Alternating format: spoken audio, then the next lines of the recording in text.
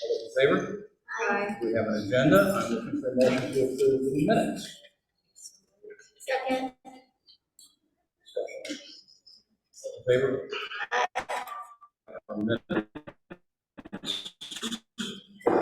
Josh, anyone there from the public? Or is there anyone in the room from the public who would like to speak? No one here. Okay. So we have no public participation, discussion, and next steps. Kathy and I visited Global Wetmore School on Monday. So Michelson gave us a tour, but too much competition that day, so I'm going to turn it over to Mrs. Tover. Well, it was a wonderful visit. You know, there's nothing like an elementary school, that's all I can say. And it was mismatched day. That was hard to get. But Mr. Michelson didn't really look terribly mismatched. My wife said I didn't match my shirt. That's what his wife said. But I've seen worse, I'm just going to say that. So we visited kindergarten, first grade, second grade, and third grade. And it was just so exciting. In fact, I really honestly can tell you I had a hard time walking away from some of those classes. But when I was standing there by myself and Peter and John had left, I knew it was time for me to leave as well. I saw many kids so actively engaged in their learning. We saw a lot of math taking place and children, figuring out the solutions and talking about how they got there. And the kindergarten field trip was supposed to be to Wet Farm that day, which I was thinking about because, as many of you know, my granddaughter's in kindergarten. But it was canceled and moved to, they had the Vogel Wetmore pumpkin patch outside underneath the canopy. So the kids were still able to go down and pick out their conversation. And I was laughing because many of the conversations were, now remember, our pumpkins have very many different attributes. And you have to think about the size and the color. And I'm thinking, they're 5, but they're getting this. It was really exciting. Then another class was going down and the teacher was saying, now remember, I'm not carrying your pumpkin. So make sure you pick out a pumpkin that you can carry yourself to our classroom. They were all listening. But then as John and I were leaving, the funniest one of all was, it must have been the last class, and the pumpkins that were left over must have been particularly dirty, because there was the teacher with the hose washing off the pumpkins before they came back there. So it was a wonderful visit. Happy children. Teachers were, it was the day before Halloween, and I'm thinking, and what they're going to be facing tomorrow. I give them a lot of credit for being so optimistic. Thank you for a great tour, and it was truly a lot of fun. You tried to what? Hire you. Okay. It's been a few weeks. All right, so that was it from me. Marcus, would you like to add anything? Yeah. You can't top that. No, I can't top that, but it was great to see them, see both of you, and it really was a nice visit, and I think Kathy knew as many people working in the building as I did. We all knew her, and we're so happy to see her in particular. That's John. They all know. I think you even said they all know you. It's hard to. Well, many of them were from Torrington. Oh, absolutely. And they're people that you yes, do from working here and just from being in Torrington your whole life. But I wanted to just share a little bit about maybe some things we didn't see, like our reading program implementation is really going fantastically. It's that talking that you saw so much of is such a big change, not just because of the reading program, but because of a lot of the work that we did last year, talking about the student discourse and having them have these conversations, and teachers have really embraced it. And it's just so wonderful to hear them having conversations where they're using words like attributes, and they're 5, and they really do. And it's so amazing to see what these little people can do, and you saw how happy they are doing it, talking about it, being the experts. It's wonderful. So we're still teaching math too, as you saw. So even though our focus is really on reading this year, our math program is in full swing, and kids have been having lots of conversations about math too, and I really enjoy those conversations. But sometimes, I don't know if you've heard this one, but you walked in a room and it was one, I think it was 1 plus 1. What is that? And the kid goes, 11. So it was kindergarten. So that's why we have conversations. It was close. We had our harvest fair on Saturday. PTO member Putnam, PTO president Putnam was a huge part of putting that together along with the PTO, and we were a little nervous at noon when there weren't a lot of people there, but I think that changed very quickly. We had a good turnout. There was so much going on in town Saturday, and it was 75 degrees and sunny, and till an hour after the harvest fair ended, and then it started to rain and got cold. So we timed that perfectly. They were so happy. They had just a great time there, but you're really seeing that in their building every day. Yes, we have our issues. Yes, we have our things we have to work on, but kids overall are really happy. Yesterday, which you didn't see, we had Dress as a Book Character Day for Halloween, and we had a visit from Clifford and Emily Elizabeth, which was nice. I don't know if the kids. It's such a fine school. It's a fine school. I was the principal from the book, A Fine School, Mr. Keene, and we had a good time. The kids just love it, and the looks you get. I'm sure you saw those looks that you get. They're excited and they're curious and wondering. And our coach, this is out of order, but our coaches have been so supportive of the implementation of our new reading program. I just want to give a shout out to them because they've been working extra hard, I'm sure, in all of our buildings, not only to get everything that we need to teachers, but to learn the lessons in all of the grades that they cover, to model teach them to the teachers, to give teachers feedback in a non-evaluative way, and really make sure that we're implementing things well. I'll talk more in a minute, but I also, Josh, do you have that video? I shared the race with you. I put together just a little video, it's 1 minute long, of just some of the things that we're doing.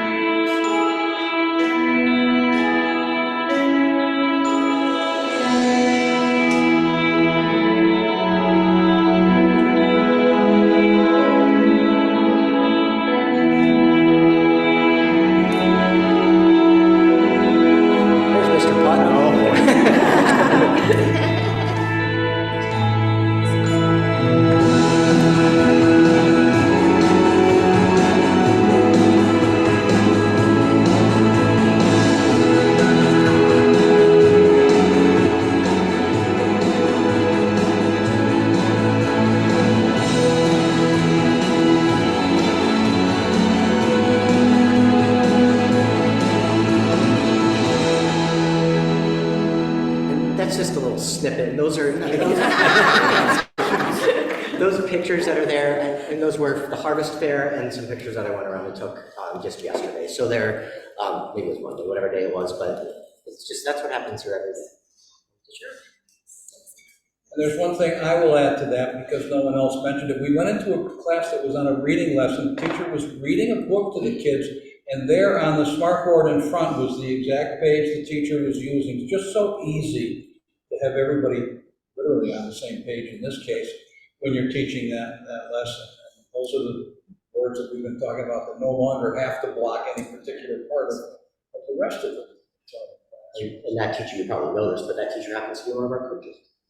It was just a great way to focus. But anyway. And the kids were all focused. I mean, the kids were. Whether they were talking to each other or listening to their teacher. So I picked 9:30 in the morning.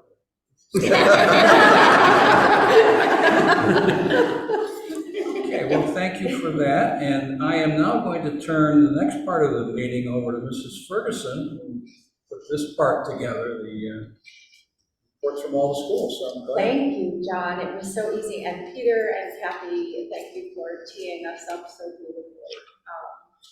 honestly, and you all know I'm a little bit of a bleeding heart, but that kind of thing makes me like tear up, right? Because it's just so special.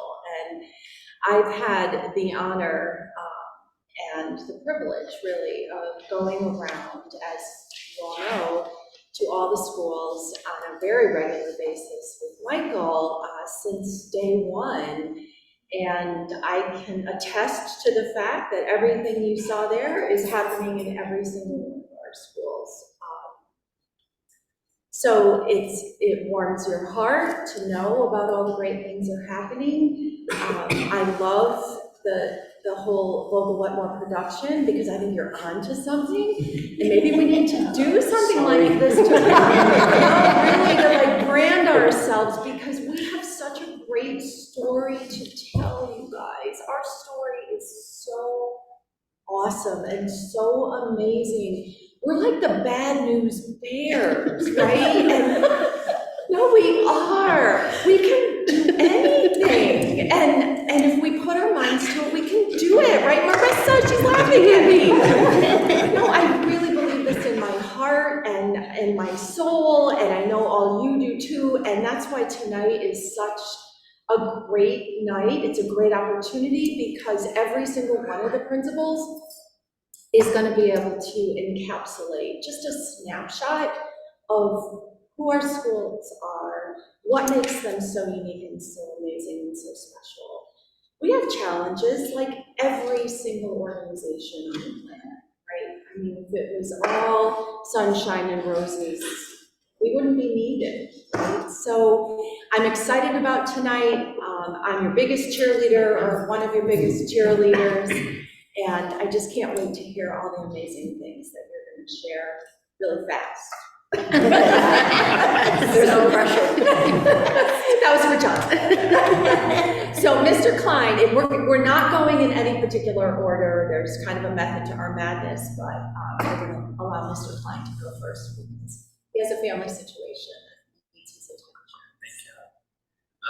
I appreciate the opportunity to present to you guys today. Forbes is in such a great place right now. We are so excited about the progress and the headway that our kids are making, that our school community has been able to embrace over the past few years. So we're going to kind of go through a quick snapshot of where we are academically. When I think back to where we were 2 and 3 years ago, we had 20 and 30% of kids coming out of COVID on grade level on this STAR assessment. We are starting the year in our best spot on date within this. Some of our student body have half, if not close to half of our school on grade level, both reading and math for each individual cohort, which I find exciting.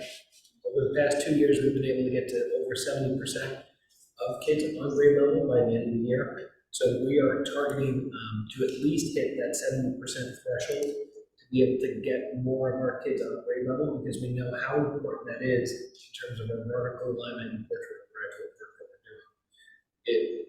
I always think that 4-5 is one of those crucial linchpins to be able to take where that foundational knowledge at the K-3 is instilled and then be able to get them ready for all the journeys ahead of them at secondary.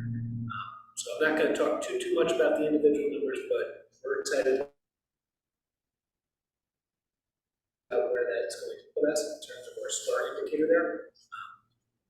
And last year on our state assessment, we actually had our best year on the data at Forbes.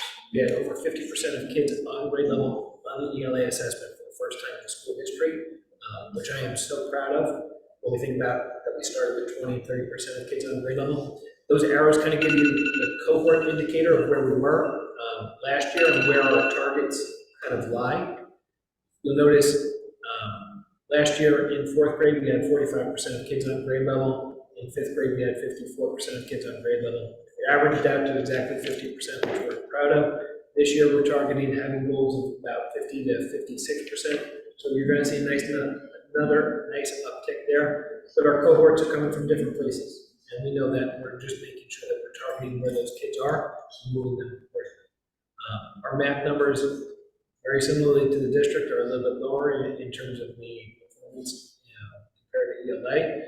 But we're again having high expectations for our kids, and we want to see at least 50% of our kids on grade level. And Again, we had one of our best years to date on ELA, or math, Smarter Balance as well last year.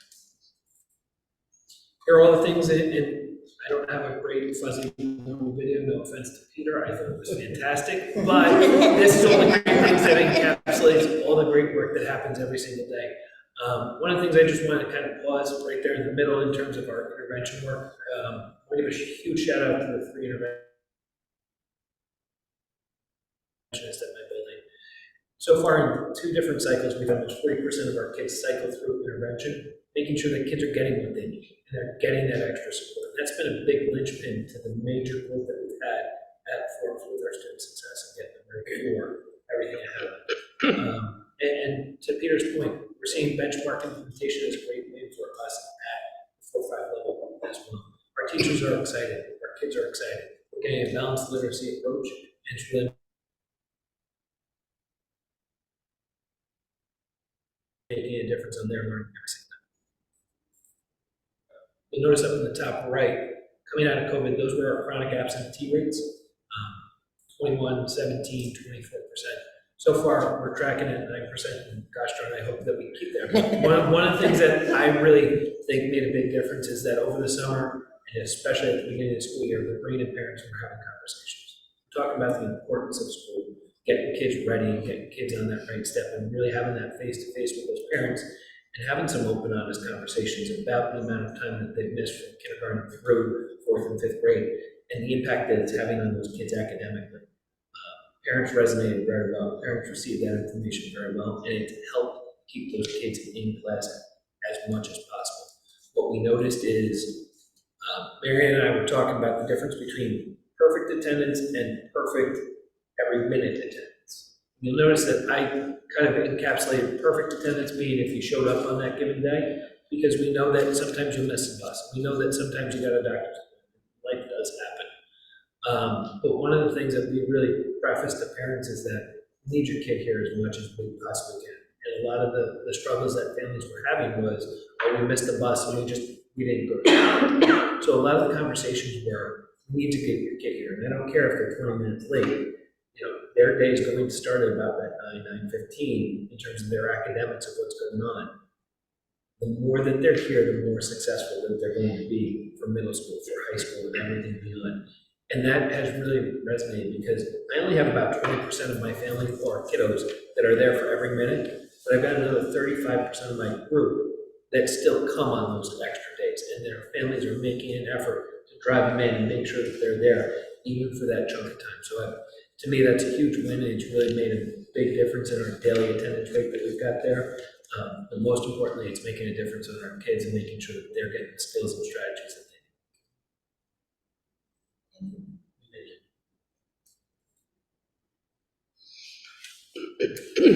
So I don't know if you want to wait till the end and we'll go to the next Let's wait till the school. end. Okay, all right. So next up, Torrington.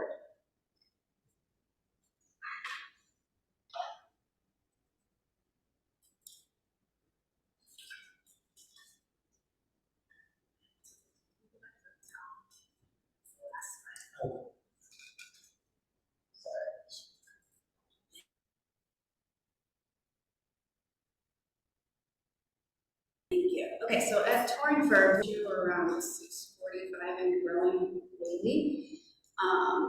We do still try to make it feel like a family. We've invited families in for lots of events. Now COVID's over, so we're able to do a lot more of that.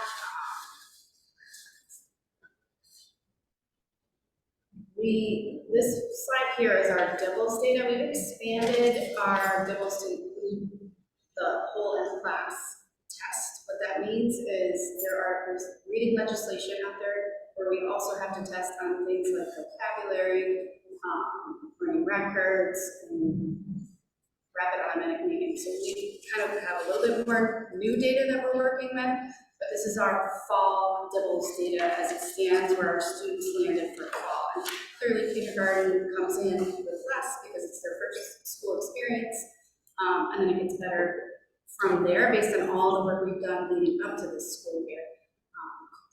About 2 years ago, maybe 1.5 years ago, we started really focused on science of reading, so we kind of are poised for this new benchmark program better, I think, than other districts who are trying new things, because we sort of homegrown it for a while with lots of training for our staff, between Literacy Power and Marty Gillis, and then now with this program that's totally aligned to science and reading. So I'm so excited to see what this is going to look like in the spring, and I think we're going to do really well. And as far as math goes, yes, we are still teaching math, like Peter said. We are continuing our Bridges program. Our teachers are very comfortable with it and really using that as a time to include the things like accountable talk that we learned about last year. And they're able to do a lot of visual thinking. The district brought us all those visible whiteboards. You can see them as you walk through the hallways in Torrington, where they put up their problems, they talk about them, they grapple, come up with answers and solutions together. So I think that is going to also show in this data as we get to the spring. Our students are really having a lot of opportunities to learn and grow in math, and we also are able to target them through the intervention cycles.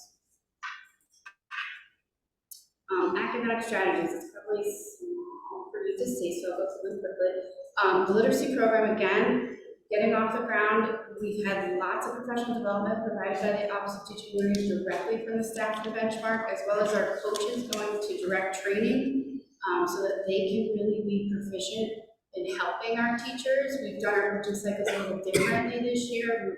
Where in the past we do 6 to 8 weeks with one teacher. Every teacher needs a coach, and we only have 2.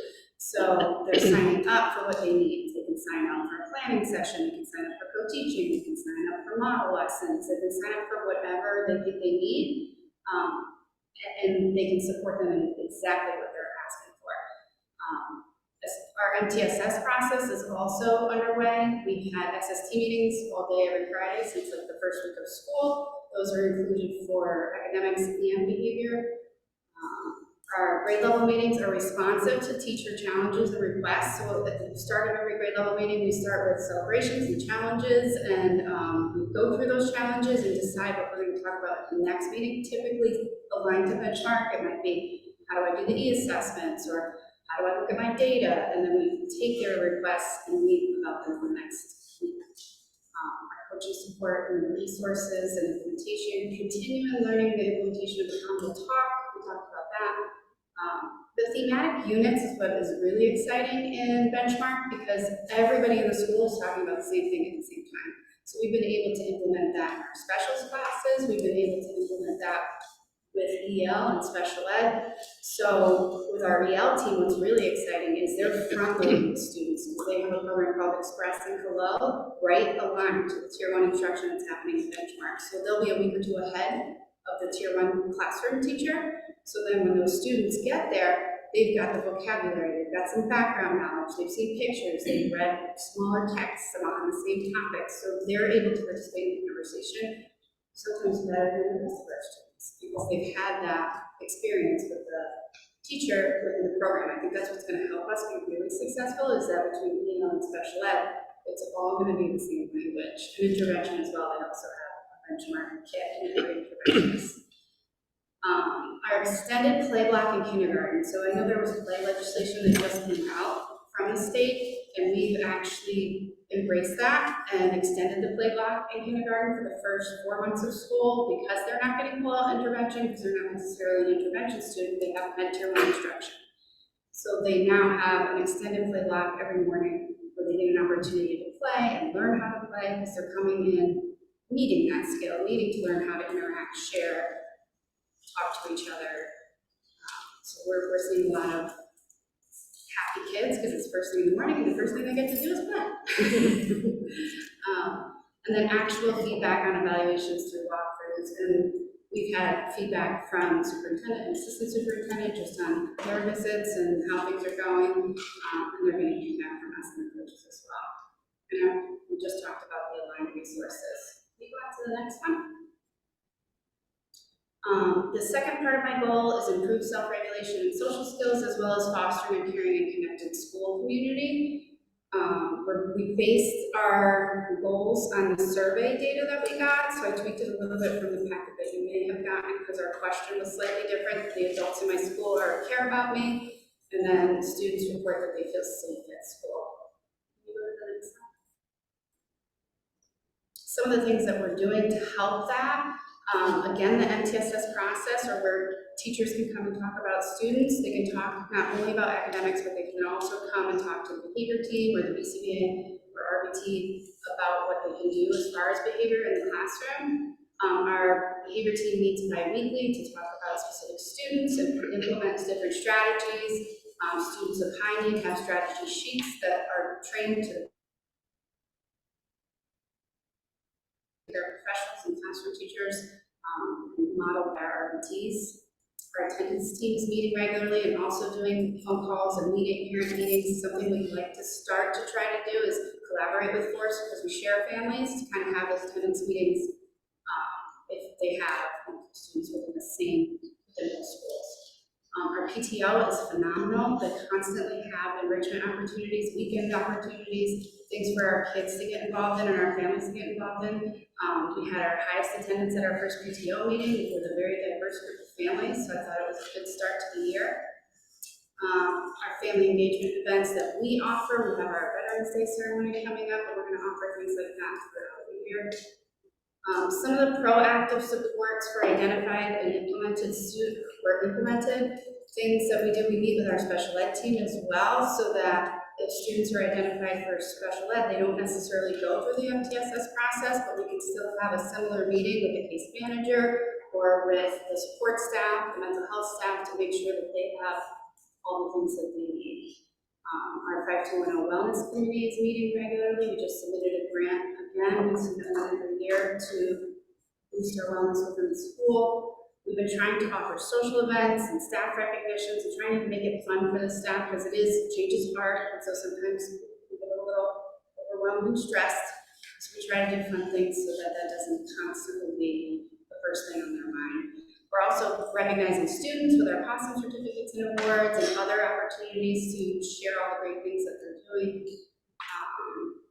collaborating across all departments. I do want to put a shout out there for our interventionists and coaches as well, because without them, I think our scores wouldn't necessarily change as quickly or rapidly. I think classroom teachers do what they can and the best that they can, and they're also responsible for Tier 2. But with that pull-out support in a small group and separate environment, the growth is so much more, and our coaches are able to help the teachers see that growth when they're implementing intervention in the classroom. Thank you. That's it for me. Thank you very much, Kelly. Okay, Peter, you're up. I'm going to try to stick with that be quick philosophy and say, well, really, just about everything that Kelly said are things that are here. No, I'm done. No, I'll share a little more than that. But really, all of the things that Kelly was talking about are things that we're doing here. So our mission and vision, we can be done on your own, I'm sure. So I found it interesting that we each looked at data a little bit differently so far. Let's see. This year, from a sample of a school improvement plan that was shared with us, saw that they were using mean average percentile ranking as part of their scoring. And really, in order to be average, you would want a 50% there, so that the average student was right at a 50%. Of course, we'd love to be above average. But I thought that was an interesting way to look at it, and more really to see how we're compared, given STAR, this is a STAR assessment, how we would compare it to those all around the nation that are taking STAR assessment as well. So right now, you can see in second grade, our ELA scores for fall, those are the assessment that we just did. We're at 24 as our mean average percentile ranking, where we would like to be at 50 or really higher.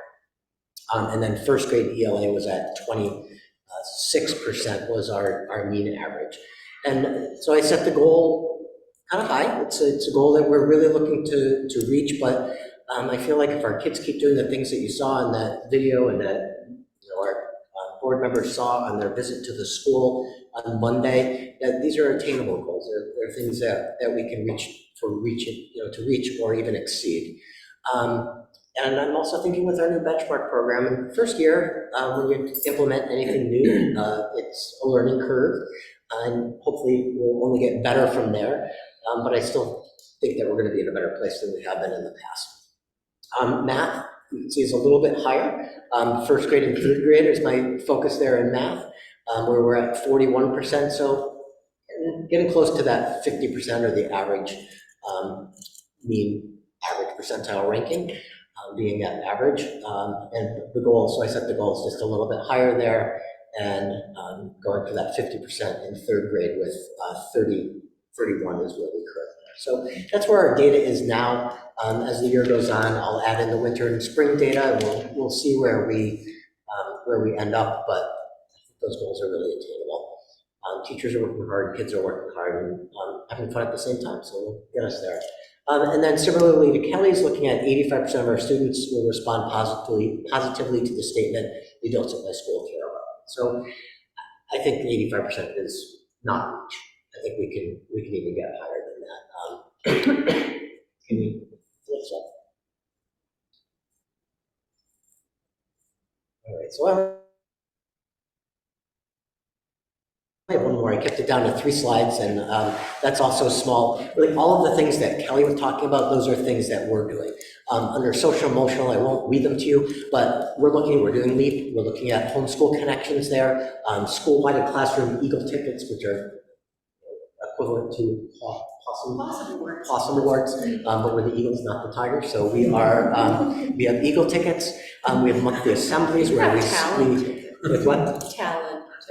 Talent tickets too. All right. We do have Eagle flights as one of our rewards, which will be some extra specials time for our kids in the classes that succeed. We're sort of working out the details still of how to make that happen. But we have a monthly assembly where we celebrate the class that earned the most Eagle tickets in the month. Plus, we've also been picking Eagles of the Month or Students of the Month. And really how those students get picked is based on lots of criteria, but mainly we focus on being safe, responsible, and respectful. Of course, we want our hardworking students, students that are successful academically, but it's also a great way to help us boost some of those kiddos that have really made improvement and showed some change in their behaviors in a positive way. We integrate social emotional practices in everything we do every day, and if you think about the way that we all talk to children, I mean, that's really just part of what we're doing, is we're helping them, put your napkin on your lap, kind of things, and we're just teaching them how to be good citizens and like people. And then connections between and among students and staff. It's really important that every one of our students has somebody that they connect to in the building, hopefully more than one person.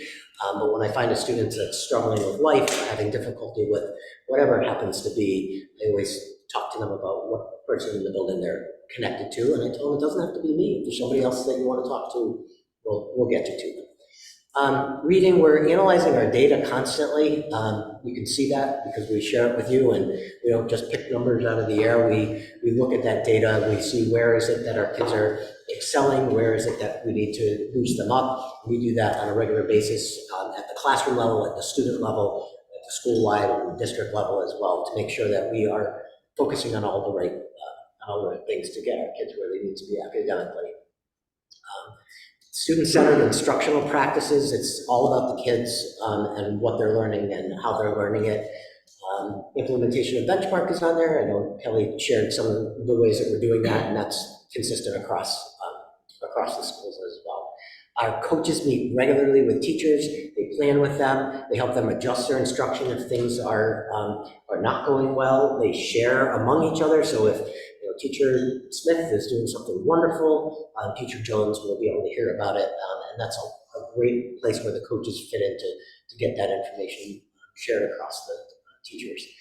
SSTs and interventions, Tier 1, Tier 2, and I meant to say tier 3 in there as well, but our SST meetings are where a teacher, or maybe we, by looking at data, call a meeting to bring all of the brains into the room to talk about what we can do to support a student.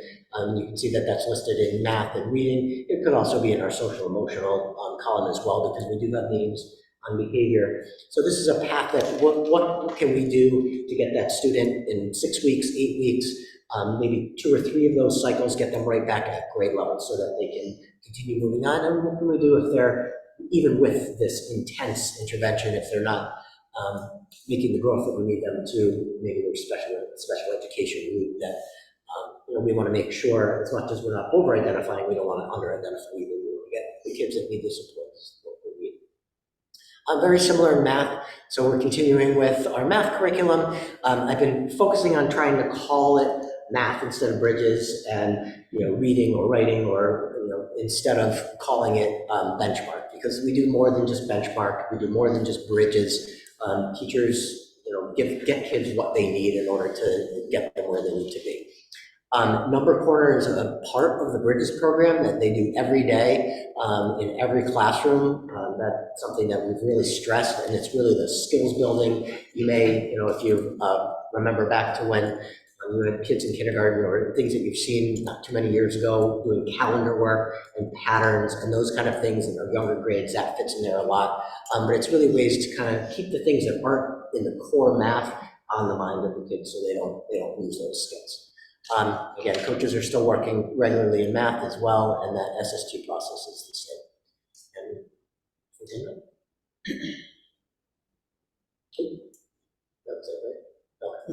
Okay. There's not another slide.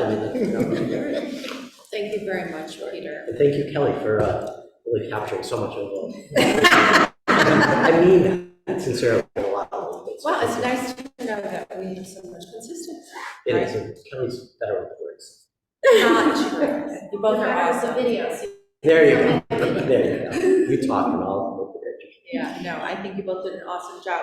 Shelley, can you go up next? Absolutely. Now you both stress me out because I see what kind of time I have, so I'm going to move really quickly through this. So I just, I'm not going to read this to you, but I want to let you know that we went through and we actually intentionally highlighted the things that are really drawing the work that we do. We're going back to this in every staff meeting and the meetings that we have, so that our vision is really fulfilling the work that we do, so everything is aligned. So the first goal that we set up for ourselves was an SEL goal, and we wanted 85% of our 6th through 8th graders to favorably respond to the comment. I feel comfortable sharing my thoughts and ideas in class on the spring school survey. When we thought through this, we felt like this really helped capture some of the essence of the portrait of graduate work of being a competent communicator and a conscientious learner. And we were doing it through 4 different strategies. We were working to build and reinforce connections between and among staff, and we're doing that in a multitude of ways. We're doing things like monthly celebrations. We're really doing a lot of student leadership opportunities. We have unified teams. We have a Best Buddies program within our school, all different ways of bringing varied kids together. We're integrating social emotional practices into the daily routines and instruction, and we're doing this in a way that's comfortable. We are having our counselors do Tier 1 lessons in our 6th grade classrooms. We're really focusing on having restorative discussions, focusing on reflections. We have a Cafe 133 where some of our program students are actually having a cafe where staff come in and purchase things. And we're working through our accountable talk routines. We're working to provide our staff with the professional development to be able to implement these strategies. And we're doing this through our staff meetings, through the programs that we're working through, like our Making Thinking Visible frameworks. They're working through their team meetings together to research and implement interventions, and working through de-escalation strategies. And then we're working to build much stronger homeschool connections with our families. We've really put a focus on the communication we have. We're implementing the LEAP visits, lots of parents' meetings in our team structures, and through the events that we have, our NJHS ceremonies, our 8th grade awards, and then fun events like our color runs and all of our PTO events that bring families into our school. Here's just a picture of some students in action. This is our newest club, an environmental club that was started by our students. This is where they're just starting to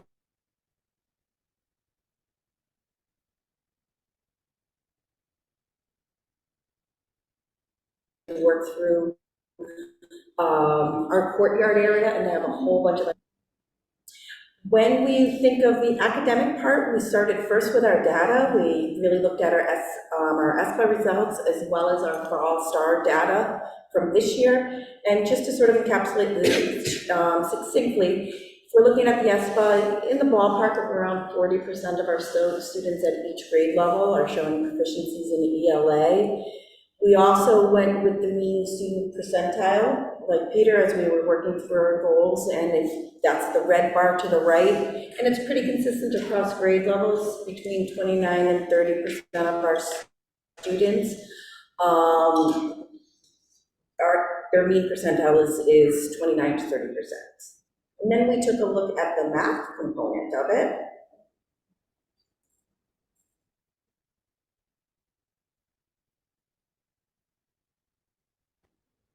And in looking through the math, much like you've heard, we're working math. When we looked at the fall STAR data, though, the percentiles in the STAR, the mean percentile, was much more similar than the SPA. The SPA we didn't do quite as well in the math area, but we really feel like what we're putting into place is really going to help with our academic performance. So there's a lot of words on this slide, but really to, just put it succinctly for you, we are looking to have the mean percentile rank in all 3 grade levels in both content areas to be 50%.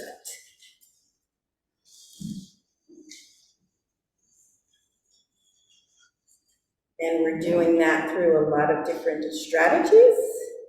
And I think probably the one that we're seeing the most immediate results is really the work that we're putting into really defining our meetings and aligning our meetings and how they feed into one another, and having really structured protocols and expectations within there. So we have a Team 1 meeting, which is all of our students. We have a Team 2 meeting, which is students of concern. We filter down to an SST process, and today we had our first systems review meeting with our special ed team to look at the fidelity of what we're doing with our referrals, to really see what work we need to do and how we need to track that work. We're also working with our teachers to analyze data, set goals, look at student work, provide feedback. And one of the nice benefits to our new schedule is one of the things that they're looking at is, how do I pace for 15 extra lessons in the school year? So that's almost 15 extra hours of instruction in each content level as a result of the schedule change that we did. So we're working through those pieces. Teachers are focusing on really building more student-centered practices and increasing the time for hands-on learning, and we're seeing some of that in like our robotics, we're seeing it in our math classrooms, we're seeing it in our social studies classrooms, where teachers are really looking to engage more students in not only in discourse, but also in the academic tasks that they're asking of them. We're working with our teachers to build social and emotional competencies and the well-being of all students. And part of that is we're talking about our counselors pushing in. And when our counselors are pushing in for the lessons, the teachers are there. They're not leaving. They're supporting the counselors with that. And in that, they're learning the skills that the counselors are sharing with the students. We're also doing that through our advisory activities as well as our student support interventions. And teachers are really working to share at-home academic strategies with the parents. They're putting out questions to parents about the content. Ask your child about this. Ask your child about certain things that they're learning. Because we all know when middle schoolers go home and if a parent asks, what did you do in school today? No matter how hard we work, they all say nothing. So they're putting out those clips to help engage in those conversations. And just, a picture's worth 1,000 words. These were just some clips that were taken. Our students actually got to visit the SWAT team training at the park they walked to that our SRO helped to let us know about. But these are just some of the pictures of in the classrooms. Kids are up and about and moving and thinking and learning. We've also participated in instructional rounds, and it was, as we looked at these pictures, we were like, wow, we didn't even know they were being taken because we were so engaged in it. And as we talked about it afterwards, we had some of the best conversations, and teachers were so welcoming, and we talked about it in our staff meeting today. And it's just been a wonderful process that's been partnered with OTL to take into our buildings. We also have a stakeholders feedback goal, and we're looking for 80% of our parents to respond favorably to the prompt. The school helps me understand what my child needs to learn to be successful. So what we're really trying to move from is the phone call home as Johnny's not doing well in class. And we really want to move into, here's all the ways that you can support your child. Here are the things that you can do, so that the contacts that we're making with parents are based on successes and moving kids forward. And they're with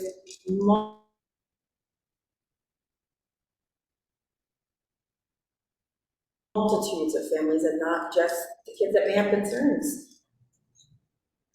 And you know what, we talk about expect great things last year. This year it's expect greater things. And on my way here, I just have to tell you, I just got an email, and I won't tell you the name of the student because that student doesn't know yet, but we just found out that a student won first place in the Connecticut for grades 6 to 8 division of the American Chemical Society Fall Illustrated Poem Competition. The child's work has moved on to Washington, D.C. for national level. So we are so excited. We cannot wait to share this with the students tomorrow. Exciting. Yes. Okay. Thank you, Shelley. So thank you. Before we move on to Mr. Scott and all the great things that are happening at the high school, I just want to let you know we will send board members all of these presentations that we have every week.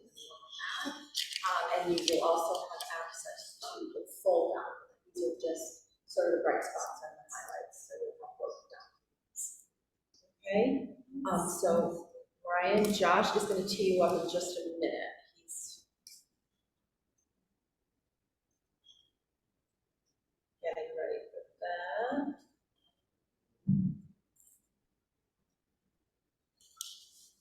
All right. So two things before I get into the specific goals for the year. First one is, as we got ready to sit down and create our school improvement plan this year, I actually took some feedback that I got from my friend Mr. Kisco here at a previous presentation on these, which was about getting more teachers involved with the creation of the school improvement plan. So this year, for the first time, we actually had more teachers as members of my team to create the school improvement plan than we did administrators. And with that, they really kind of pushed the way that we approached the school improvement plan, and they wanted us to talk about overarching objectives, which are those, which is teacher efficacy, teachers believing that what they do makes a difference, teachers believe that they can be successful. So those are really our overarching objectives for the year. We did, of course, develop school objectives for the year as well, but that's where we kind of started, and we tried to connect everything back to that as we went through our discussion. So just some quick pictures, and then we'll move on. So our first goal had to do with chronic, go back one. There we go. Had to do with chronic absenteeism. As you might recall from last year, we actually did drop down below the state average for high schools, which was very nice. We were very happy to be beating the state. But this year we want to get even lower. Our goal is to get down from 22% to 18% chronic absenteeism, really starting to get back to those pre-COVID numbers. There's still a lot of obstacles that remain from a few years ago, but that's our goal as a school. The tools that we've used to do that have been very successful so far, so we're really going to stick with a lot of the same ones. That's the alternative education program, the attendance committees, week visits, social worker home visits. We are bringing in a few new tools this year, having to do with attendance contracts and an updated version of the appeals process. Those were both brought in place because there was a lot of confusion, particularly among our families, as to attendance and what counted as an absence, what was an excused absence, and what was not an excused absence. So our second goal has to do with improving our reading and math scores, pretty much like everybody else here tonight. With that, we really started to focus on Tier 1 instruction. We really do firmly believe that it's that Tier 1 instruction that happens in the majority of our classrooms that is going to make the difference. for our students. I have up there for you our star scores for the fall. You'll notice that there's a deviation between our class breakdown of the students who met proficiency versus the whole school. That actually came from a conversation with our teachers.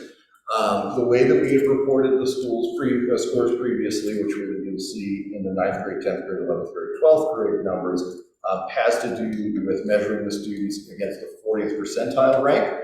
My teachers wanted to know why we were using the 40th percentile rank, and I didn't have a great answer for them, so we moved it up to the 50th percentile rank. So you will notice the percent is a little bit lower on the whole school Outback score, but that is because we raised the percentile rank that we're hoping for. We had a really in-depth conversation. You may recall from the last school improvement presentations that I've done for you guys, we had focused previously very largely on growth.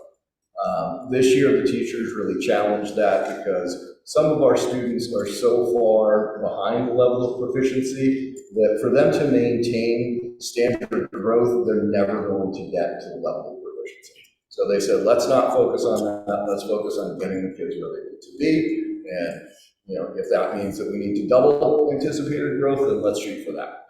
So our fall scores were 26% in the reading and 37%. Our goal is to get that reading score up to 35% and that math score up to 52%.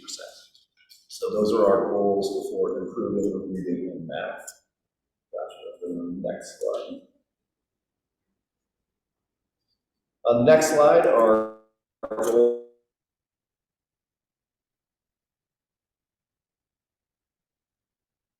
strengthening collaborative and effective planning to that Tier 1 instruction. We've spent a lot of time last year and this year talking about rigor and relevance. One of the reasons why we feel this is a really large area for us to focus on, a lot of our students who struggle really have difficulty connecting what they're learning in their classrooms to what they want to do after they leave high school. That's where the rigor and relevance part comes in. In terms of the data that I shared with you on this one, it's really about the teachers. So when I came to Torrington High School, most of the teachers, about 50% of the teachers, did not feel as though they were receiving supports necessary for them to be successful in the classroom, which goes right back to that teacher efficacy. If my teachers don't feel like they have the supports necessary to be successful, then they're not going to believe that they can have a positive impact on their students' lives. So we've made a huge push on this, and as you can see from the chart to the left and the chart to the right, the one on the left is from 2021, the one on the right is from 2023, and we've made really strong gains in our teachers believing that we give them what they need to be successful, and our goal is to improve on that even more. In order to do that, we've brought in a lot of different tools. We started up New Teacher Workshop last year, which was a huge success, and I know I keep beating the same dead horse, but I don't believe that there's any better source for professional development than the internal expertise of our teaching staff. So New Teacher Workshop, instructional rounds, our classroom lab, our coaches all take advantage of that internal expertise and help our new teachers and our struggling teachers grow. And that's where the strength is going to come from our staff. And as long as they really believe that they can be successful, then we're going to keep supporting. And then we have our parent survey feedback goal, which is to strengthen communication between the school and families and community members. And our goal is to reach 80% of parents responding favorably to administrators keep me informed about school decisions. And again, you'll see the charts up there demonstrate that we've already had a lot of really positive growth. This is again with our staff believing that we convey the important information about what's going on with our school. Unfortunately, we could not find any survey results from 2021 to compare to 2023 on the parents, so that's why we used the staff one for this particular slide. The really big factor so far this year for us has been Parent Square. I know some of the elementary schools started using Parent Square in last year and probably before that. We were able to bring Parent Square to the high school this year, and it's had just a tremendous impact on our communication with family. It used to be that I would send out those school messenger messages, where we would get back a kickback that maybe 70% of people actually opened the message. Not great when I send out a message about something. Now we get feedback, it's 90 to 95% of families open those messages and actually read what's going on at the school. So we do firmly believe that that's going to make a really big difference in our parents feeling like they know what's going on in the school. We also set our school-wide goal around parent communication and based it around two-way parent communication, because one of the things I know from talking with our parents is that they feel like we do a pretty good job of telling them things, but we don't always do a great job of hearing things. So we set our goal around parent communication being two-way, not just one way. We want to hear what the parents have to say about what we're doing, not just we send them information about the football game on Friday night. Which, by the way, there is a football game on Friday night. It's homecoming. You're all invited. Make sure you're there. The more supervision, the better. So it's also homecoming weekend. If anybody would like to come chaperone the homecoming dance, Saturday night, 6 o'clock, high school, you can be there. Okay, semi-formal attire.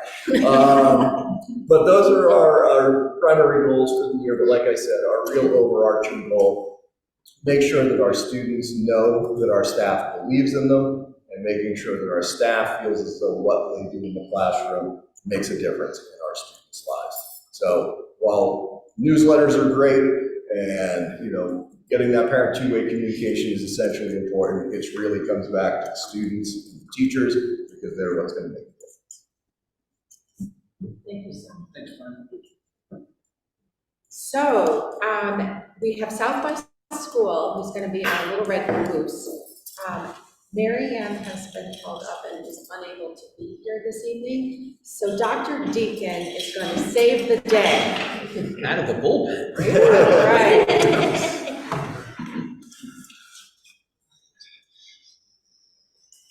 Good evening, everyone.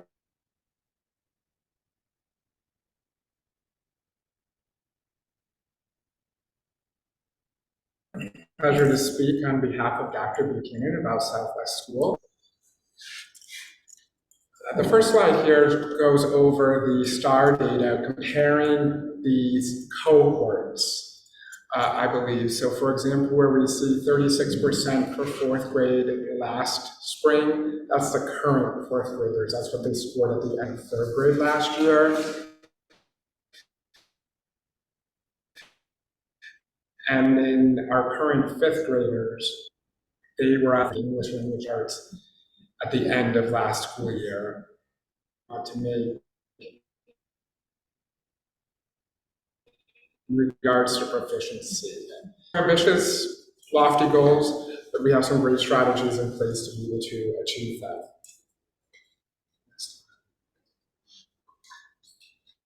We can also see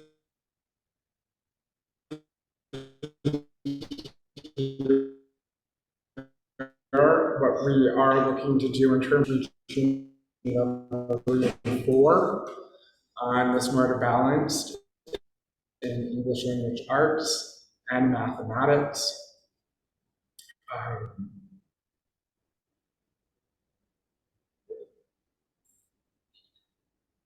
And then this year we brought up the Dibbles assessment.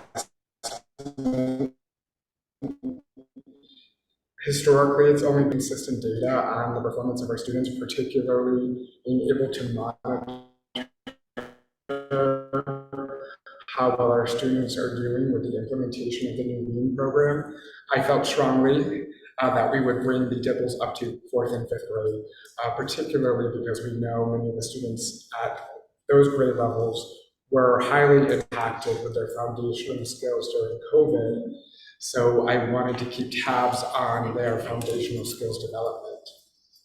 And then, sorry, so this is where we're at in terms of the percentage of students at or above proficiency in grades 4 and 5. And so we will work to boost the number of students meeting these levels of proficiency. And then in the last column is the TRC, that's our reading comprehension assessment. That is where we look to see at what level are students performing at? Historically, we have used an assessment called the DRA, which you may be familiar with, but this is a more comprehensive look at where students are reading in terms of grade level. Some of the strategies that we are using at Southwest School to boost our academic achievement is the use of data team meetings. After each administration of the universal screeners, we spend a day meeting with individual teachers. So each teacher gets 45 minutes to meet with the coaches, with the interventionists, with the school psychologist, school social worker, to discuss each individual student to make sure that we are providing the appropriate services for each student and that no student is falling through the cracks. We have an ELA coach and a math coach who worked tirelessly with our teachers in improving their craft, weekly grade level meetings to discuss curriculum, instruction, and to review student work in order to make appropriate adjustments and modify as needed. About 22% of the population at Southwest is currently receiving literacy and/or numeracy intervention support. 21% have an IEP, 11% with a 504. Student success team meetings are very similar to data team meetings, but those are focused on an individual child and making a strategic plan to help remediate areas of challenge for those students. Benchmark implementation, as everyone has said, is going very well. Our teachers who have participated in Literacy How are utilizing those instructional strategies and integrating them into the benchmark program seamlessly. And also there are opportunities for teachers to go observe their peers to see examples of really good instruction. Here's our attendance data. Much improved over where we've seen it in the past few years, especially during the post-pandemic. So we're really pleased with attendance. And we can also see the infractions that are most prevalent at Southwest. If we compare the number of infractions from last year, September and October combined, to this year, September and October combined, we can see that we have a reduction with our top 5 behaviors.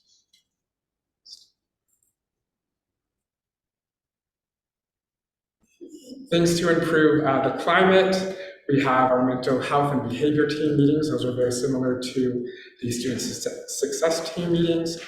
Our BCBA and RBTs have been instrumental in assisting with challenging behaviors and providing those students with the appropriate calming strategies that they need to be able to get back to class as soon as possible. Lunch bunch groups, enforcing school-wide expectations. The mystery dragon, I believe I know what that is. I believe the mystery dragon devoted please. So they're not classroom. It's a surprise when they do this, and a student is chosen, and nobody in the school except I believe Dr. D knows who it is. They get to wear that's the mystery dragon inside that costume right there, and so the students hear a little bit about that student. They have to guess who is in the dragon suit, and then it's revealed. And the student, Marianne, does not let the student know until the night before. She calls their parents and lets the parent know so that the secret will get out.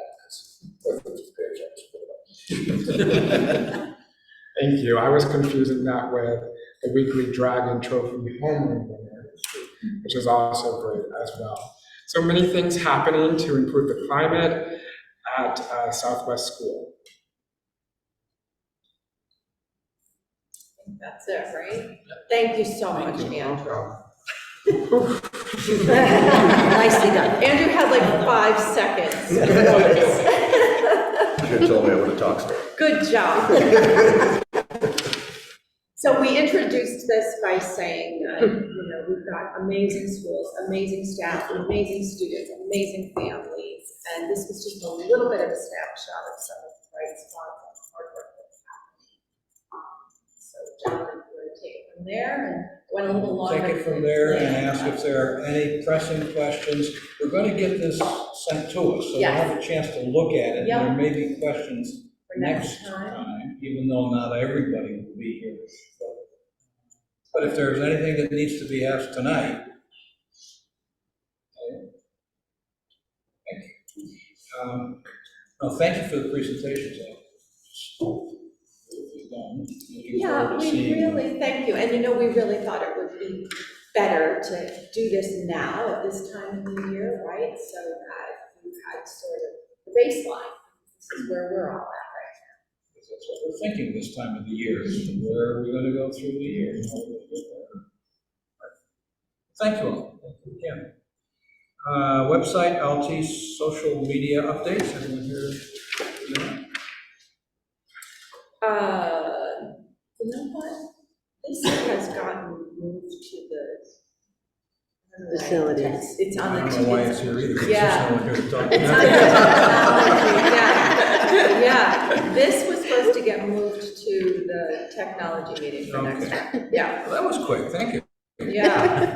But Laura's here for the tag update. Hey, real quick though, I just gave a report, we are starting, she's seeing kids and everybody's excited, kids are excited. And their first field trip, they're all going on November 18th is to the Connecticut Science Center, and they get to design and build their own roller coaster. And it carries a ball, and it's to see whose ball can stay on the track, depending on how they planned their design. So they're excited. They're selling grinders. Is it Yes, too late thank to you. do that, or is it No, you can still going on? still do that. Paulina has a lot, she's very driven. And so she has a lot of things planned, and I said, be great if we could just bring in a little bit of money to help fund some of this. So they are selling the grinders. For Jimmy's, I think is the name of it. And so for $12, you get the grinder, chips, and a drink. So you get a coupon, and then you can use it when you use it. Is there a way that could go on like Parent Square? Because a lot of people are asking how they buy them. Oh, okay. I don't even know how to do that, but I will talk to Paulina because she probably does. Yeah, Yeah, we can absolutely do that. That's it. Questions for? Thank you, that's good news. Okay, we are to topics for future meetings. If anyone has one of those they'd like to see be highlighted, put on the agenda for next time, please let me know sometime between now and the week before that meeting. Comments for the good of the order, just around the table. Patrick? Good meeting. Very informative, everybody. Love the presentations, thank you. Just great, nice to see what's going on in the building. Yep, ditto. Good job, guys. Great presentation, that's all. Great job, all the nice things. Thanks, everyone. Thanks for sharing all the good news. Thank you. Our schools are great. We've got a little snapshot in there tonight. It's the highlight of our day when we get to see the action. So glad to share that. Good job, team. Thank you for the reports, and I'm sure you all love being here the day after Halloween. Just what you wanted was a night meeting. But thank you so much. They were so informative, and it's great to see where we're starting the year and look forward to seeing how Same, it's nice hearing from, the enthusiasm, just hearing it from you rather than just reading, it's great, appreciate it, and thank you for Right. Board members can get into homecoming dance for free. Good good meeting. Thank you for the opportunity to share with our schools. I want to thank you for being in your building. It's really important that you get a chance to see what the building looks like. It's a beautiful place. They don't build things like this room anymore. I'm really glad that you were here, so thank you for the tour. Great presentations. I think one thing that struck me was the amount of coherence we are starting to have as a district in terms of consistent structures and systems, and it's really impressive and clearly having a great impact on our students. What Andrew said, but I can't wait to see where we go. This was so wonderful to see, and I'm very excited for our future. It's a great meeting. Thank you, guys. I never say anything, but this is a chance to change that. My kids have so much fun in Peter's school, so he does a great job. Shout out. And she learns too, right? Here, back right there. Anyone in the back there? Great presentation. Okay, well, thank you, everyone, for coming, and please convey our thanks to Mr. Klein for coming even under difficult circumstances. We definitely will. Thank you for understanding. Okay, looking for a motion to adjourn? So moved. All in favor? Aye. We are adjourned.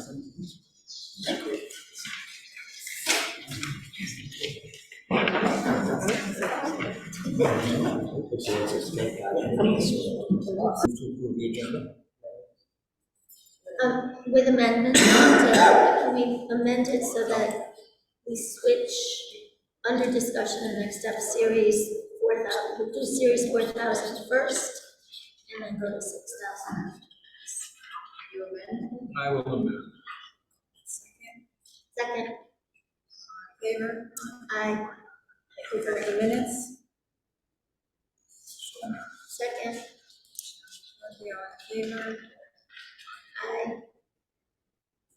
Anyone in the public?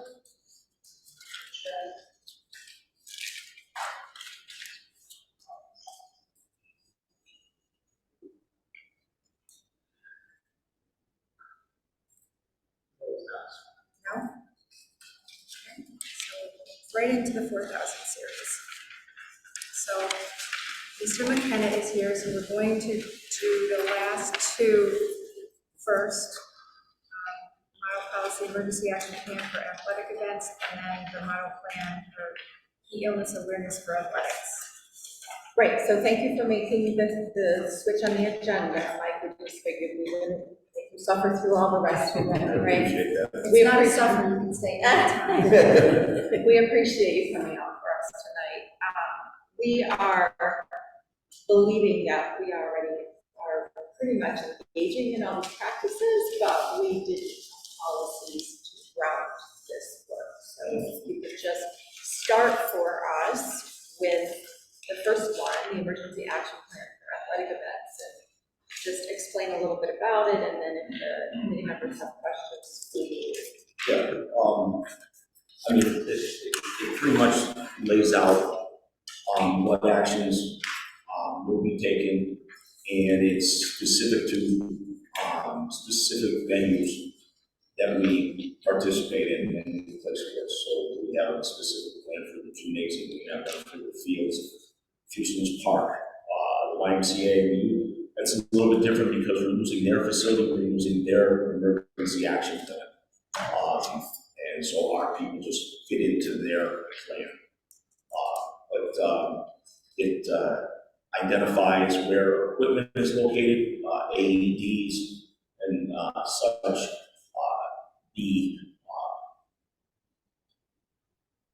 The order of who's going to do what in an emergency. So whoever the supervisor is, in that case, is divided up depending upon who happens to be there. The trainer is at all home events, with the caveat that in the spring, we have events at different facilities. We have baseball, varsity baseball plays at Houston Park, while we have track and softball at the high school. Tennis is practicing at the only tennis courts in town on Durant Street. And so we make the decision at at those times where the trainer's going to be. Whether the trainer will be at Fusions Park, at the school, depending upon the event and likelihood. If the trainer is not there, then there's a priority. Now, for all varsity contests, we have a site supervisor that's assigned to do that. It might be me, if I'm there, I might be the site supervisor, or it could be someone else. It's a faculty member, usually a coach, so they've been well versed in the emergency action plan. They would become the individual in charge, and then it would go down. So there's specific things you. So anyone who's a supervisor is certified in like CPR or Yes. use of, Yes. so even if it's a faculty member, that Yes. member would be. Yeah, they have first aid and CPR and AED training. Just have it, in the policy, it says the board shall annually review such emergency action plan. So if we approve this, will the board be getting that action plan for review? I'm sorry, it's on page 20 of 23. Second paragraph after 8. So I think what this means is that we would annually bring your emergency action plan forward, right? And you would yearly. We evaluate it every year, like when Yeah. the construction started, it was tear it up and start over. So I know, but the board has never seen that. Right, exactly, because we never had the policy. So if we Right. adopt the policy, Then the board then would. yearly, we would put it on our agenda once a year to bring it forward. And then we would just ask the AD to come forward and enter, or explain any revisions. So then Yeah, we need to. any changes, and why we made the changes. Yep. So if we approve this, then the board would need to receive this year, for this year. Yes. To approve this, I think. Right, we would just do it. Yeah, I believe there were actually, since the one I sent to you, there were a couple of little editorial changes that were made, and I would get you just some things that we found in there that said. So we can bring it to the full board or it goes on? Full board. Yeah, does that work? Okay. So if we choose to bring this forward to the full board, then the plan would be with it. Yep, for the board. Yep. I would think, sorry, if I may. No. The plan shall just be an addendum to the series, so that every year we're approves it, it's just the addendum, we're not changing the policy. Just for the movement, motion quicker. Yeah, I would actually suggest that be ahead of the policy, because the board will receive that and then can vote on the policy. So it's not part of the policy, because it really shouldn't Correct, be. so then every year at the November meeting, the plan would come forward. I would think going forward, it should come before the start of school, just so that before. We meet in August. So the August meeting, I mean, this is unusual because we haven't had it before. Yeah. would we be able to make the August meeting? Or someone, a representative of the. The actual plan, do they get training on this, or all the coaches and supervisors given out? I mean, they all have copies. They all have copies of it, and I have to admit, in the last couple of years, we have not been as good with the training as we were previously. That's just been partly a problem on my part as far as being able to have the time to get it organized together. But we do go over it with the coaches at the coaches meeting, and we will be getting back to having actual training sessions where we will be in. We will pick a venue, and we will have everybody there. We will be going over the venue, and we will rotate that through each season, like we'll do in the fall. We'll probably do the fields, and for the winter we'll do the gymnasium. And YMCA does actually goes over everything with the swim coaches on there, so, You'll structure like a drill, then it'll be like a yeah, actual. yeah. Not a full out, like, disaster kind of thing, but, we just go over, make sure everybody knows where everything is, and then, especially now, with stuff changing, and, our with our gymnasium, we went from 4 emergency exits to 2, so, that changes things. So we just want to make sure everybody understands what's going on. Thank you.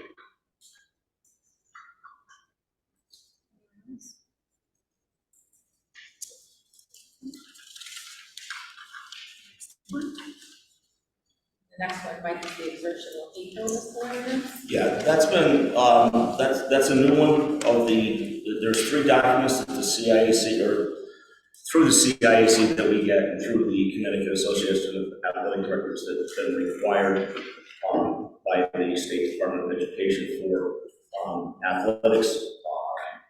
And we use the same form everybody else uses. It's a standard form. I'm pretty sure that Chip and Goodwin do the CIAC stuff too, so I'm sure it's, but the coaches review the form and sign off on it. Our trainer did mention that she has some really good videos, so we're going to actually add that starting with the interseason with the coaches to watch the video as part of the sign off. It's like a 7-minute or 8-minute video. And that, but and we've been keeping those in paper files, but we've actually we have an online registration for sports that we're currently using, and we're able, they just came out with it, that we're able to add our coaches on there, so we can put all the forms that our coaches need. It'll alert them to when their coaching certificate is 6 months before it runs out. It'll send them an email, and then it sends them an email every 30 days until they get a new one put in, and also with their first aid and CPR certifications, it'll alert them to that, which is the alert system now is me sending them a text or an email saying, hey, I need this by such and such a date. So it should make it a little bit easier for us to keep track of it. I just have some concerns about the last paragraph, because the last paragraph says the board shall prohibit a student athlete from participating in any intramural or interscholastic activity unless the student athlete and a parent or guardian of the student athlete has read the written materials, used the online training or videos, or attends in-person training. They fill those out. So every parent has to review the form, and they get one for concussion awareness, they get one for sudden cardiac arrest, and they get one for heat. And they review the form and sign off on it that they reviewed the form. And the student and the parent sign off on it. And we have those, those are in our online registration program. So we're giving the parents the written materials, the online training, Yes. their videos, and the in-person, or in-person. Do we know if they've completed the online training? Is it a platform that tells us? Yeah, when they submit their form signed, okay, when they've completed the things they need to complete, then an icon will light up green and says that they're good to go. If they got a red icon, they're not good to go. You got yours there, Mark? I got Oh, look at that. So, this is something the coaches have been telling me, and Mark can probably attest to it, it's made their lives so much easier because it's all right there in front of them now. They don't have a stack of papers that they have to go through. And they would go through and hand them to me and say, they're all set. And I would go through them and I'd find 2 or 3 kids that didn't have all the forms. It's just so many forms. So, then we're chasing around trying to get them this way. Just go on there. If it's lit up red, and go, sorry, maybe tomorrow. So it makes it a lot easier. And we're better able to, stay on top of it. this actually has a box that tells us how many days until their annual physical expires. So when the kids sign on, they sign on, their parents sign on, they do the form, you look at the physical, it's all right there, it's all super easy. So when the first day of practice comes, I look, if it's all pretty green like this, they come, if it's red, they And they get a notification 60 days before the physical expires, and then again 30 days before the physical expires. And we used to have to, we had parents fill out the forms, as you probably remember, every season, they had to fill them out.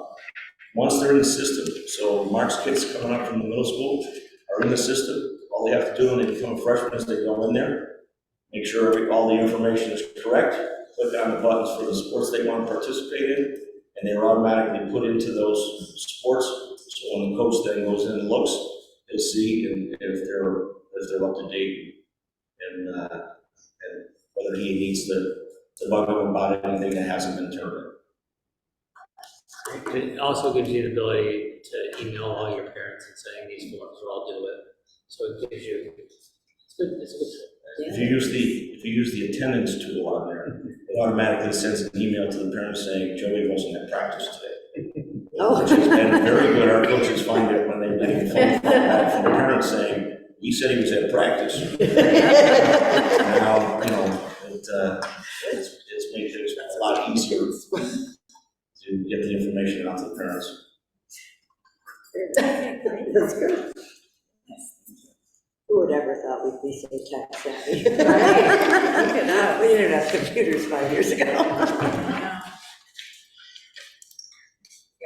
And there's paper forms also for, it's not really. Yeah, we only had to use it once this year.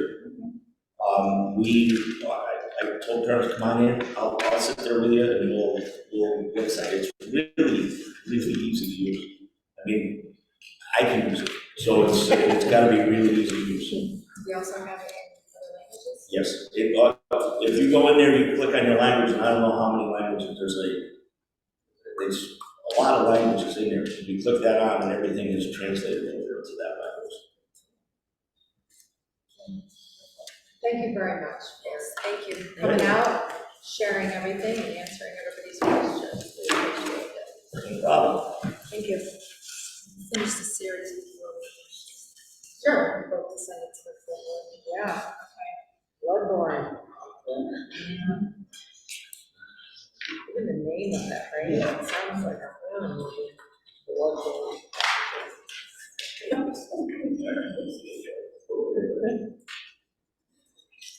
You're right, that's Yeah, you.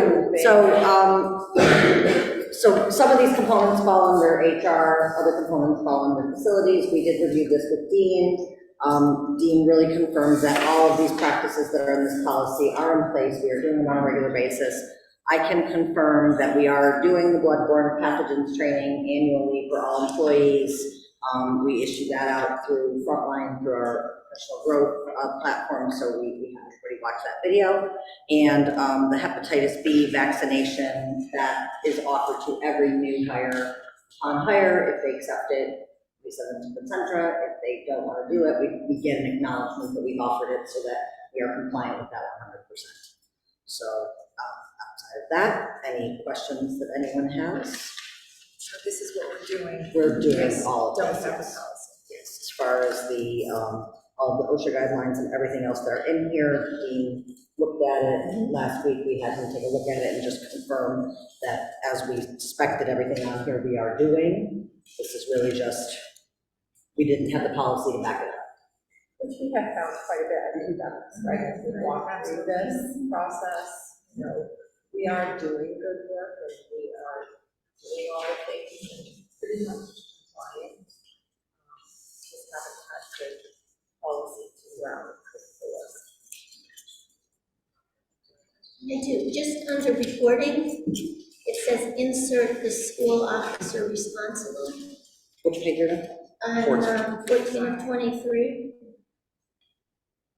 I'm just gonna put who the Director of facilities? director of facilities.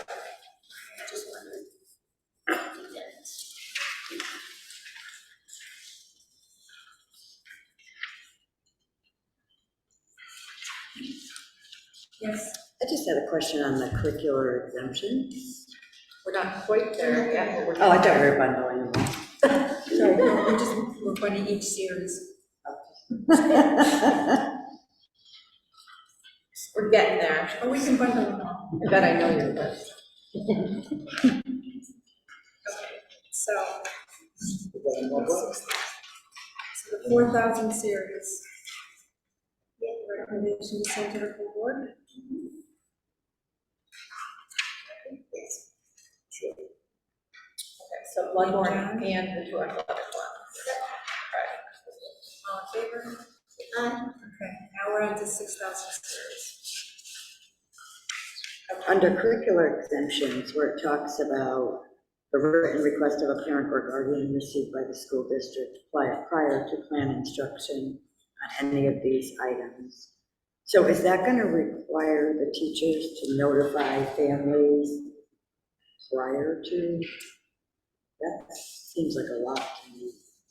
So the way it's been, again, this is one of those situations. I'm sorry, it's page 7. That, I think it might make more sense if we just back up and if you look at page 6. What we have in our policy manual right now is policy 6010 that you're looking at, just that one sentence. And it deals exclusively with HIV. So if you look at the curricular exemptions model policy from SHIP, I can tell you that currently, although we don't have a policy, if we have students who, for whatever reason, object to dissection, right, they don't want to participate in the science lesson where they're dissecting, we have provided alternative assignments, even though we don't have a policy for them, right? We have not broadcast or advertised the fact that, you have an opt-out, but we have had parents request opt-outs of certain things. Now, the HIV/AIDS, parents are supposed to be notified that instruction is taking place. I'm more thinking like the dissection and different things that happen in science classes. I just don't want to. We don't have to. I prefer not We to don't overburden with a notify in notification. advance. Is that your question? We don't notify in advance in science that they will be dissecting. But parents do have an opt-out, at least that's how we do it, right?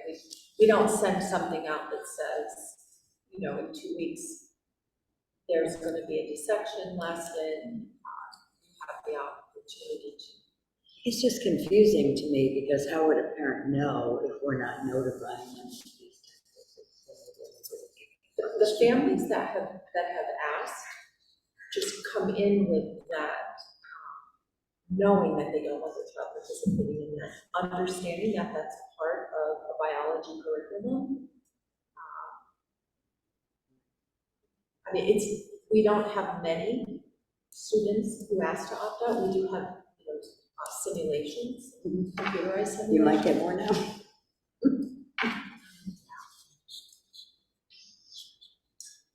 Yeah, yes, Michael just said it's in the syllabus. Kids know what's coming. We haven't had many who ask for opt-outs. We don't do firearm safety programs, right?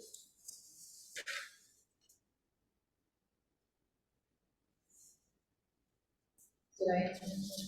Yeah. So obviously, when you look at the policy that we have on the books, and all it says is that students can go to the library, that's not an appropriate response from us, right? So this is pretty well laid out, and I should have told to do what our response would be in the event that a student is opting out of a particular aspect.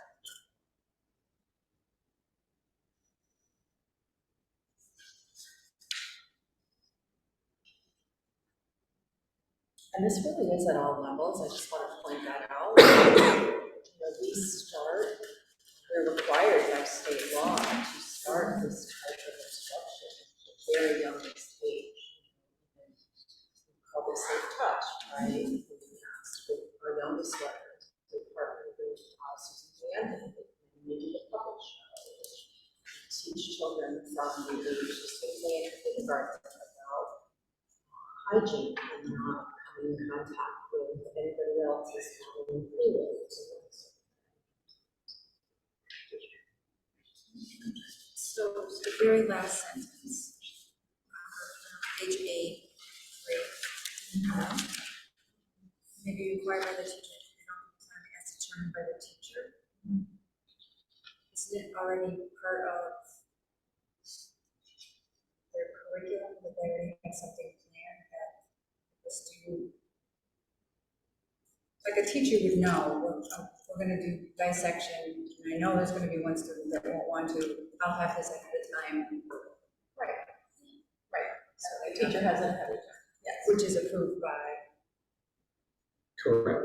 So it would come up with the curriculum. The online, the dissection one is, I don't want to say it is easy, but the dissection one is actually pretty cool. The student is opposed to the actual physical aspect of dissection. Let's just say, for example, the online component of dissection is actually pretty interesting, where the skills are still the same in terms of using your mouse or stylus, whatever, to do it, and then to open it up and to still identify the parts.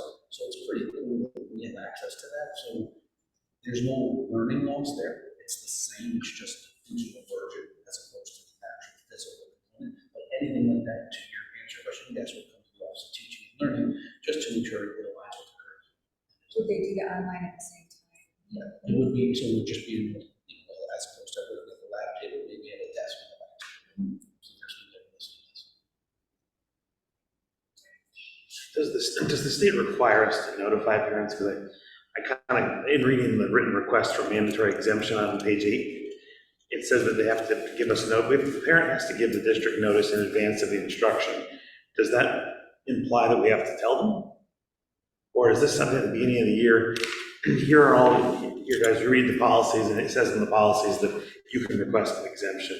I just wonder what happens when a parent finds out, well, I wanted to exempt my child from this section. My child didn't tell me, even though they knew the last 2 weeks because they talked about it in science. How does that work? Yeah, I think that's what Fiona was asking. They would know at the beginning of the year, based on the syllabus of the class, what was coming. And to be honest with you, just from experience, families who have philosophical, objection to this kind of thing come in pretty well informed, right? They're knowledgeable, they come in, they know that this is standard, it's a standard component of most biology curricula, for example, and they will come in and they will submit that opt-out right away. Say, my child will not participate, it doesn't, so they're very, very well informed. I would have They assumed know that they can quote the statute and everything. but the student being notified is enough.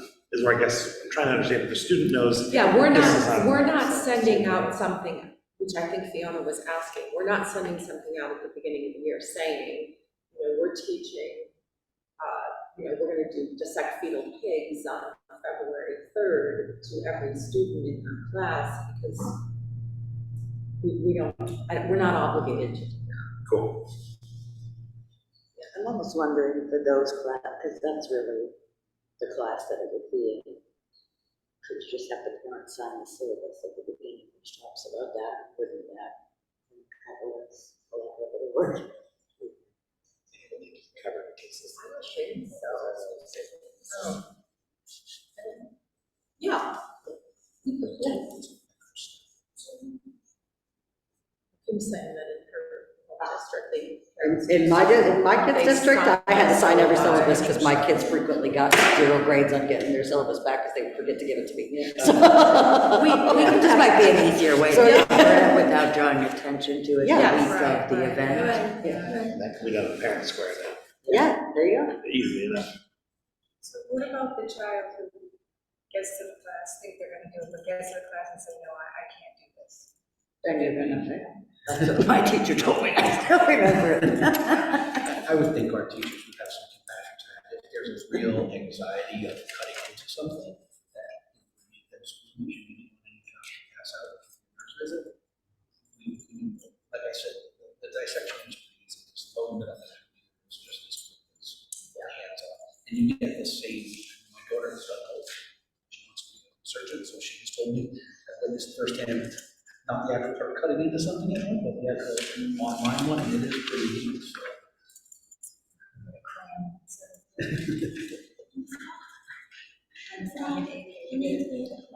In this building. Don't tell me where's It's probably right here, right? Yeah, to answer your question though, Ellen, Mike's right. I mean, I'm aware of teachers allowing students to self-advocate, to say, I just do it. And because we have a readily available alternative assignment, it's really not a problem. Any other questions?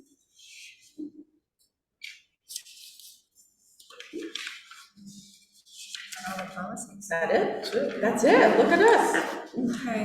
Once So- again, you're beating John. Meeting Make it a time, Ellen. Street We have to continues. vote. We I don't know, gotta bring John, this to I'll the take the full board. blame tonight. Bring this to the full Yes. board.